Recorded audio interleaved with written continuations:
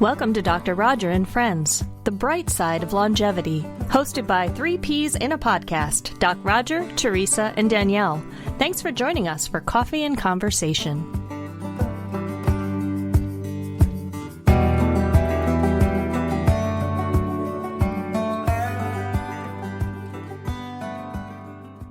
The following podcast, featuring Maestro David Dworkin, was recorded prior to the U.S. seeing the corona pandemic at its height, but the content is very applicable in today's times. Thank you for tuning in. Welcome back for part 2 of our 2-part series, Your Life as a Symphony, How Music Influences Lifestyle, Longevity, and Quality of Life. And once again, we are joined by special guest Maestro David Dworkin, who has led orchestras across America and abroad and has performed around the world.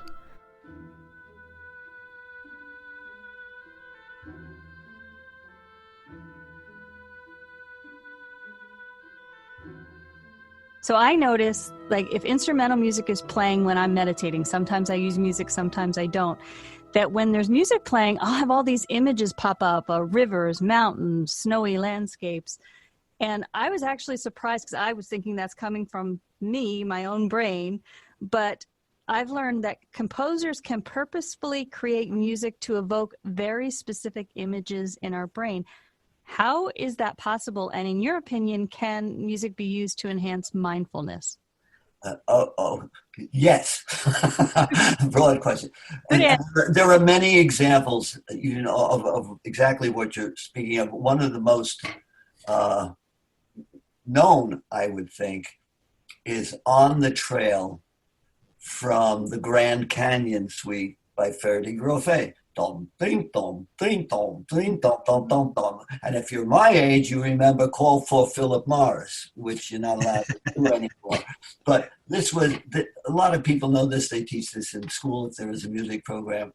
And it stirs up this clickety-click of a donkey walking down the trail to the Grand Canyon. But Beethoven, in his 6th Symphony, when he supposedly added a 5th movement, it's not really a 5th movement, it's all together. He has this 3rd movement, which is a dance. And then what happens? It starts to rain and thunder with the timpani making these thunderous sounds. And then the clouds roll by. And now it's a blue sky. And all these images is what he wanted. There's a work called The Moldau by a Czech composer named Smetana. The Moldau is a river. And how do rivers start? Up in the mountains with a stream, one stream, then another stream. And he notates this in his music. Then it becomes the full stream, and then he wants to show culture of his nation. So the first thing is a hunting scene, and you hear hunting horns. And then there's a wedding scene by the river. And then it's nightfall and the moon shines. But he notates all this. And there are many more. Vivaldi, the 4 seasons, winter, spring, summer, fall, I've seen you so many times do the Peer Gynt Suite with sunrise. Absolutely, absolutely. Images in the mind. But what you had said, Roger, early on with the neurologist talking about memory in music, they can be either negative or positive. Oh, when I was 18 years old was the first time this gentleman kissed me, and I remember the music that was there. Or on the opposite end of it, this guy told me he's leaving me, and I was so sad. And this was playing in the background, and for some reason you remember and relate this music, and they're making studies of that now. So it's such a powerful tool, or I don't even like tool, force in our world. And it's just a shame more of us aren't using what's there. And we use it sometimes not even knowing. It's always around. But we don't listen to it. And that's one of the things I like to try to do in the program, to actually listen, So what would you recommend? You said about music education, music appreciation. If the maestro were king, or the maestro has his orchestra the whole world, how would you direct us? My lottery ticket. I have it here. This is my lottery ticket when I get this. Well, it's obvious, and the young lady said it, to start early.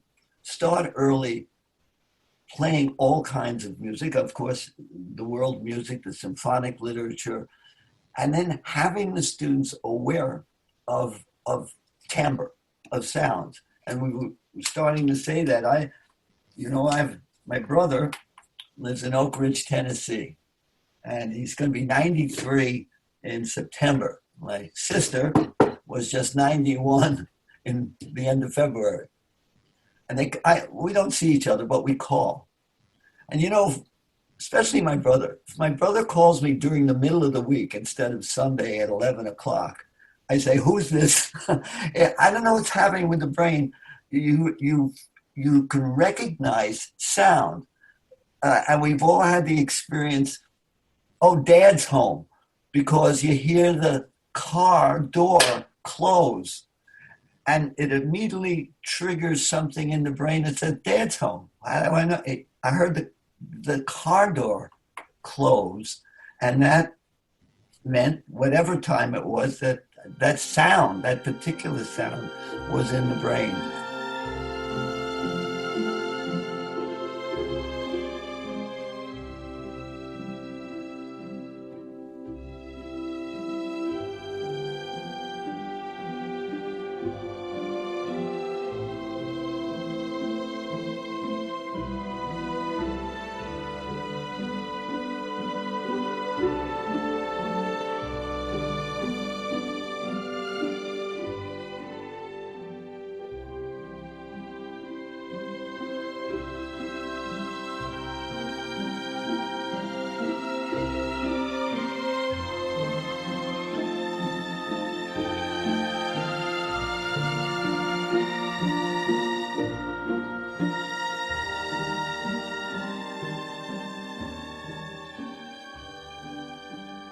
I would train young people to really listen and to know what an oboe sounds, or a bassoon, or a viola, or a cello, just as we can recognize your voice, or Teresa's voice, or Danielle's voice. After a while, it's spontaneous. And that is an amazing thing to me. There are some people, I guess, that sound alike and look alike, but that's rare. All these different sounds out there. And to really be aware of sounds. In the morning, we have glorious bird sounds. And it's one of my favorite times in the morning, just listening to these sounds. You're talking about mindfulness, and we know that is that enriches us, that helps mood, does all the things that music does. And so paying attention to the sounds is being mindful. And that is only salubrious, we would say. It is only makes for better health. I always say it this way. I'd say Sanjay Gupta told me, and 70 million others, because it was on television, that music, certain kinds of music, expands the arteries, that actually allows the arteries to relax and expand, whereas other dissonant sounds, and I guess that could be in nature or walking in New York City, actually contract the arteries and create problems. So, wow. Amazing stuff, isn't it? Yeah, and it's all there. David, I'm grateful to know you. I'm grateful for all you've done for me and how you've enriched my life. But I'm particularly grateful because when I was writing my book, you may recall, I called you, and because I wanted to know, I was exploring the analogy of a holistic lifestyle and an orchestra. And it was you who told me, well, it's exactly like that, because an orchestra has four components, just the way our lifestyle and spiritual, physical, social, intellectual, and an orchestra has brass and percussion and wind and strings. And if you pay attention to only one, you're not going to get the full extent of the beauty of the orchestra if one overwhelms the other, or if they're not in conjunction. So what it was a perfect example of a holistic approach to lifestyle and how we can be the best that we can be by paying attention to all aspects of who we are. And I have had people come up to me, David, and say that did it for me. That was just an explanation that I've heard the word holistic, but I never understood what it really meant. But that analogy was just perfect. So, David, I bow down to you. I'm so appreciative for you. Thank you. And as you were speaking, I was thinking, yes, we have all these aspects, but also have a conductor and a lot of people in front of you that you have to have togetherness. Because if you don't have togetherness within an orchestra or a community, you're really sunk. It's not just always playing in tune. And that's a nice analogy too, because we want to be in tune with each other. Otherwise, we have what we have today and in the world. But you have to like people.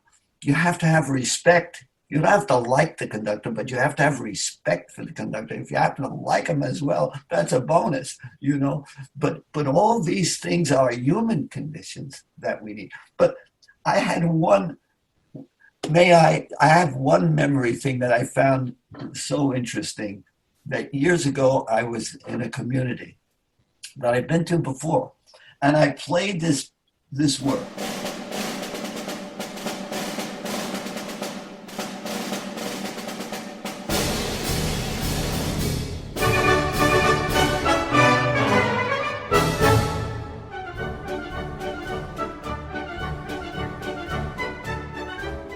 The Radetzky March by Johann Strauss Sr.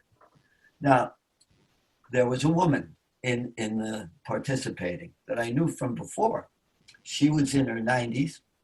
She had numbers on her arm, and she was part of the Holocaust and in concentration camps. And as soon as I started to play this music, I could see visually her face change. I looked at her and I immediately stopped. I sort of had an idea why I stopped. And we immediately went to another work. And then afterwards I went over and I said, I saw that this was disturbing. And she said, yes, it reminded me of Nazi Germany. Now, for her, it was that. For somebody else, it was a fun piece that I do often, and nothing happens. But the memory is there and associated with music. My God, I mean, Hitler used music he used Wagner, big things, to stir the crowds.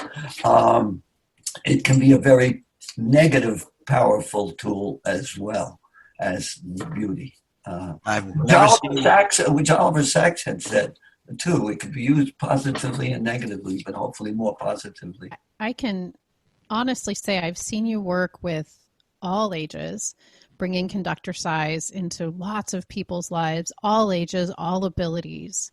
And I often describe it, and more specifically you, as this most wonderful explosion of energy and peace and love. And I've known you for at least a decade now.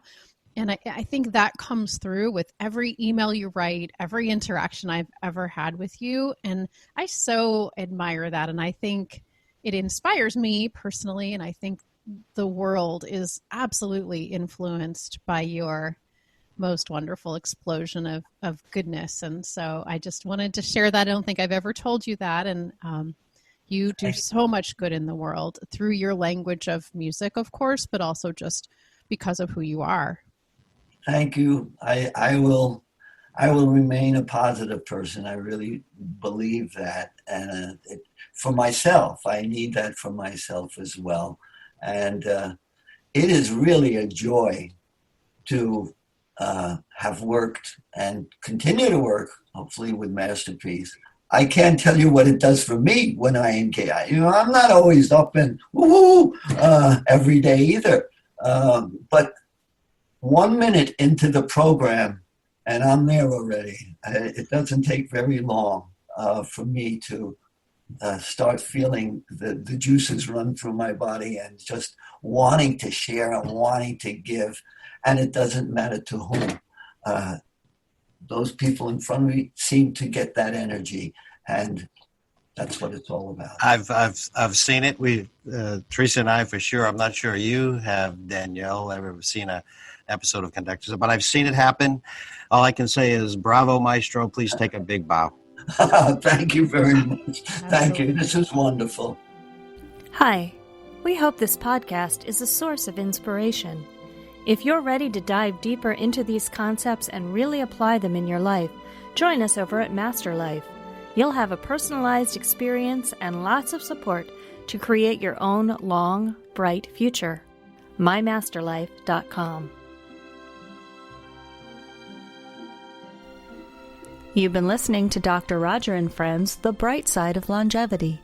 If you like the show, please rate and review, and be sure to click to follow.